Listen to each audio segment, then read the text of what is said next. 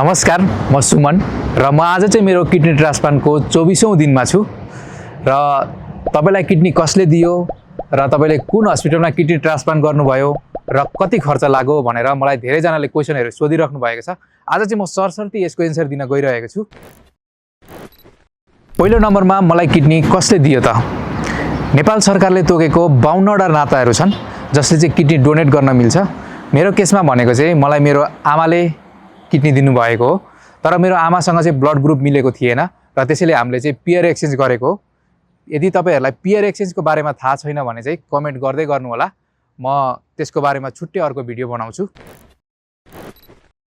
दोस्रो नम्बरमा मैले किडनी ट्रान्सप्लान्ट गरेको हस्पिटलको नाम चाहिँ शहीद Dharmabhakta national kidney transplant centre Bhaktapur, जसलाई एचओटीसी पनि भनिन्छ, जसको लिंक चाहिँ मैले तल राखिदिएको छु।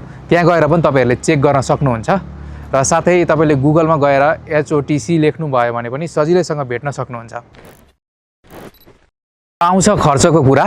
खर्च चाहिँ एक्ज्याक्ट यति नै लाग्यो भनेर अहिलेसम्म मैले चाहिँ हिसाब गरेको छुइनँ, किनभने काठमाडौँको बसाई, हस्पिटल जाने आउने, चेक जाँच, खाने, डायलिसिसमा जाने, इन्जेक्सनहरु चलाउने, हरेक कुरा जोड्दाखेरि एक्ज्याक्ट यति नै भयो भनेर यो 15-16 महिनाको हिसाब चाहिँ छैन। तर ट्रान्सप्लान्ट गर्दाखेरि कति लाग्यो भन्ने कुरामा चाहिँ यदि तपाईसँग नेपाल सरकारले दिएको स्वास्थ्य बीमा छ भने चाहिँ तपाईलाई नेपाल सरकारले 5.5 लाख रुपैयाँ चाहिँ ट्रान्सप्लान्टको लागि छुट्याइ दिएको हुन्छ, जुन चाहिँ तपाईले स्वास्थ्य बीमाको मार्फत पाउनुहुन्छ। र प्लस तपाईले यदि कुनै पनि बिरामीलाई कम्प्लिकेसनहरु आयो, बीचमा केही प्लाज्मा थेरापीहरु यताउता गर्नुपर्ने भयो भने चाहिँ लगभग 5 देखि 10 लाख रुपैयाँ छुट्याउनु भयो भने चाहिँ तपाईलाई त्यसले धेरै नै हेल्प गर्छ, जुन चाहिँ तपाईले हस्पिटलमा डिपोजिट चाहिँ गर्नु पर्दैन। र यस्तै अरु पनि कुनै जिज्ञासाहरु छ भने तपाईहरु मलाई कमेन्ट छोड्दै गर्नु होला, म सकेसम्म त्यसको एन्सर दिने कोसिस गर्छु मेरो अनुभवको आधारमा मैले बुझे अनुसारले।